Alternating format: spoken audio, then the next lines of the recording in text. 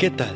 Bienvenidos una vez más al devocional con el pastor Gerson González, donde día a día nos acercamos a las Escrituras para conocer y experimentar el poder del Evangelio.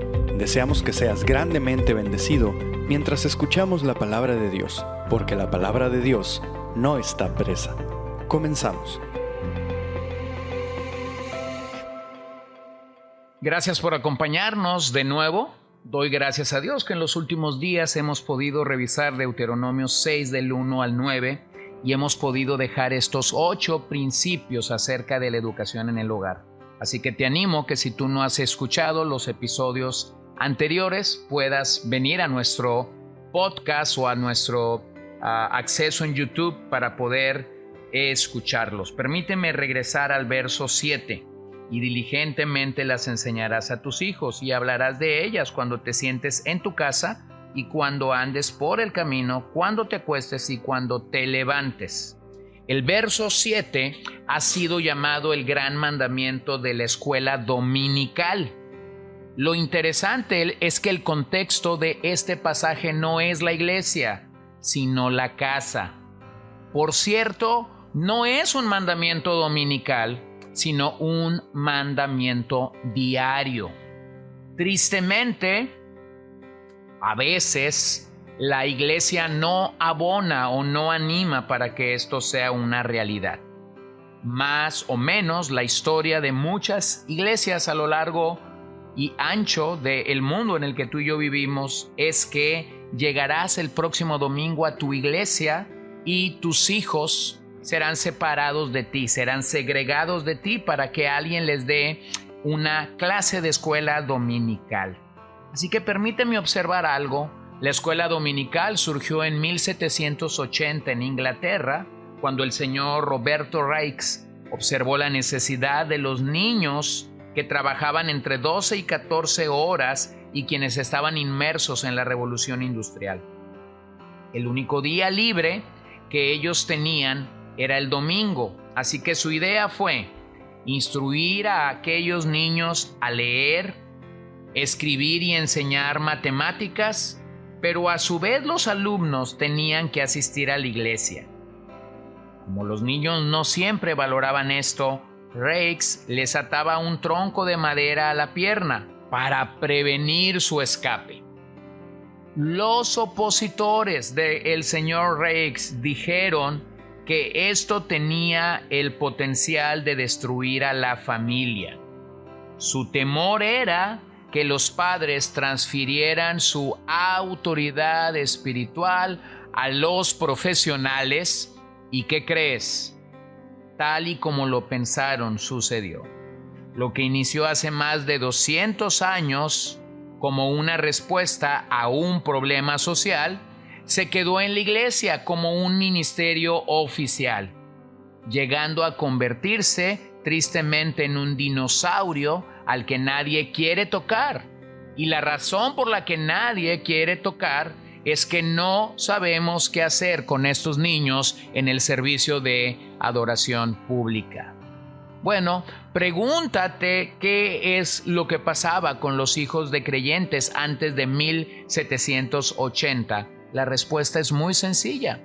Ellos adoraban a Dios junto a sus padres. Ellos estaban en los servicios de iglesias locales y de hecho crecían en el ambiente de la iglesia local sin tener que ser segregados.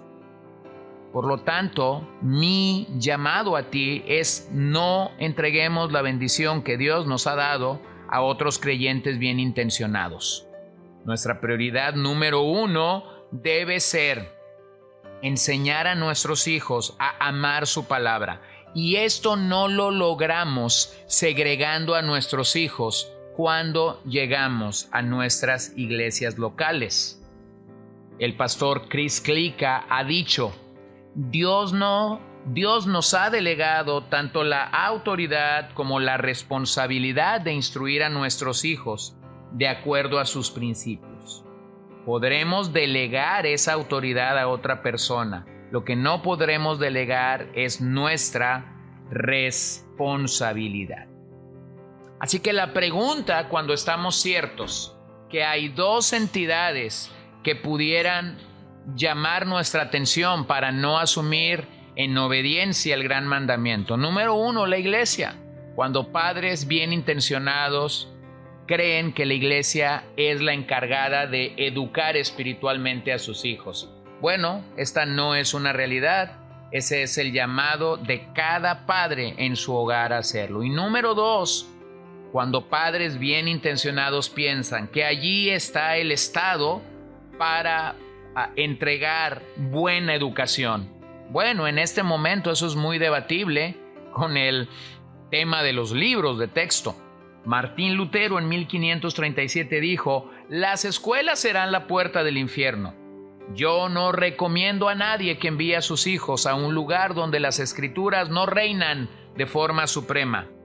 Toda institución en la que los hombres no estén constantemente ocupados en la palabra de Dios forzosamente será corrupta. Y eso es lo que estamos viendo en nuestros días. Ahora, cuando un padre cede su responsabilidad a la escuela pública, realmente no hay un maestro solo que tus hijos están escuchando, sino que son 3. Número 1, el docente. Número 2, el programa educativo que ese docente sigue. Y número 3, sus compañeros.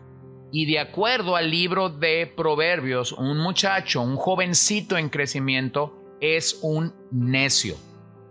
Así que tú tienes 3 influencias caminando alrededor de tu hijo. La influencia del maestro, que no puedo juzgar de forma general su pecado, su comportamiento y su ideología.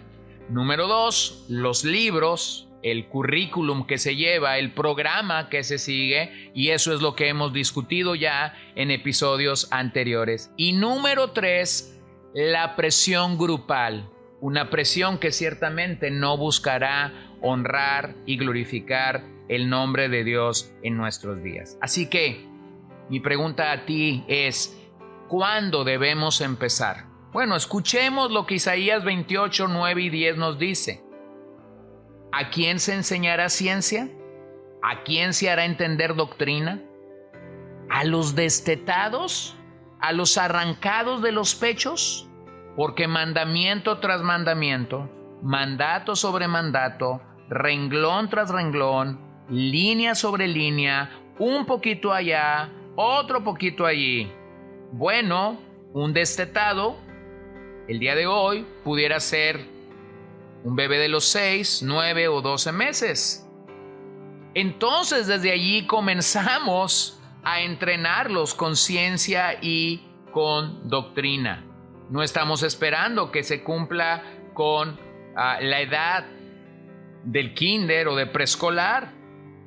Ciencia se relaciona con la vida en general, y doctrina tiene que ver con los asuntos de Dios. Bueno, qué maravilloso consejo.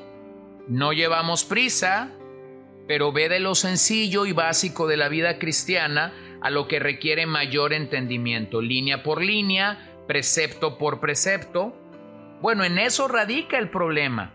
Cuando dejamos todo el trabajo a la iglesia, nuestros hijos son afectados y bombardeados por el mundo. Toda la semana ellos estarán siendo afectados por las ideologías de este mundo. Y si eres un fiel congregante, si eres realmente un miembro activo en tu iglesia local, solo el domingo escucharán palabra de Dios, si es que vienen. Ahora, esta es una batalla permanente ante la que nos tenemos que hacer la pregunta: ¿quién ganará? Tristemente, la condición de muchas familias en la iglesia hoy es que se encuentran sin armas para pelear. Por lo tanto, solo están viviendo para el mundo y no pueden vivir para Dios. Todo comienza en el hogar. Cuando padres bien intencionados comienzan a decir a sus hijos: queremos que tú seas un gran arquitecto, un gran doctor, un gran ingeniero, el próximo presidente de la República. Pero nunca están provocando que estos hijos quieran glorificar a Dios desde la actividad que ellos tengan.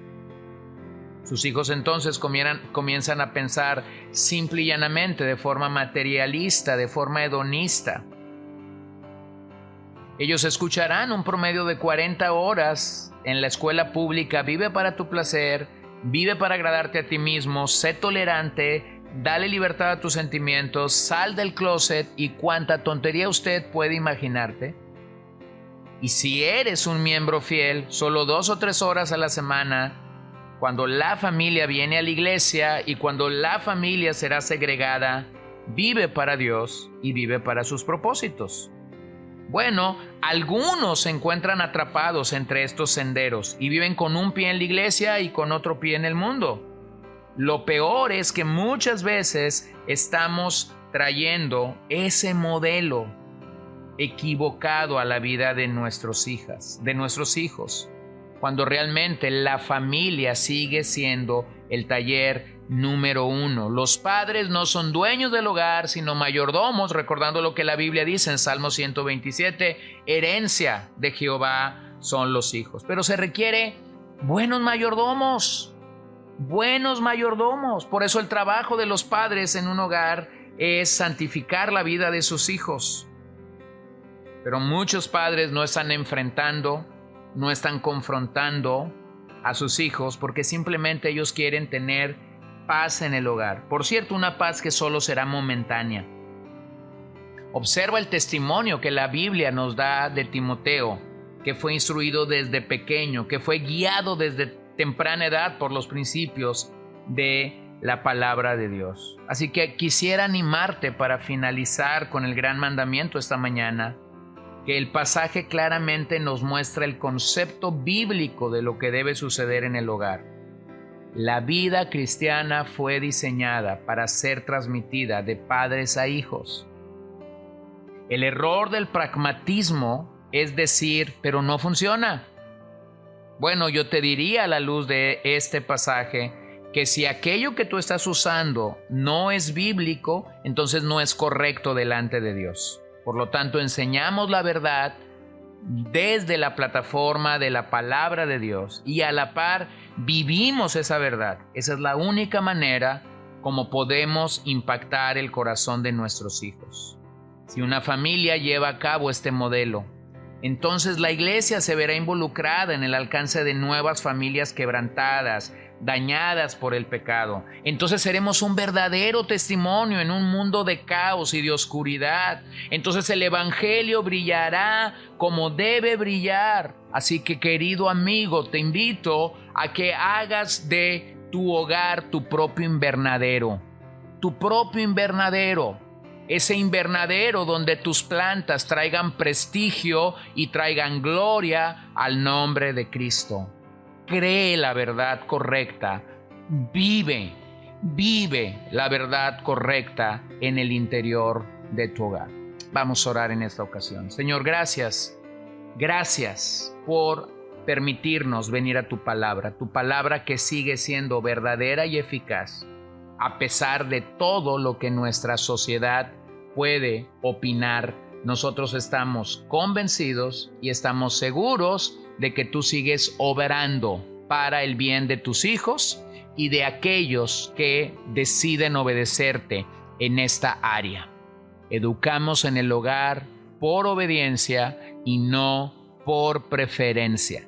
Haz que esto sea una realidad en nuestras vidas y que cada vez más y más familias puedan ser alcanzadas para levantar un invernadero en sus propios hogares y entonces que estas plantas puedan traer prestigio y gloria al nombre de Cristo. Oramos todo esto en el nombre de Jesús y te damos gracias. Amén.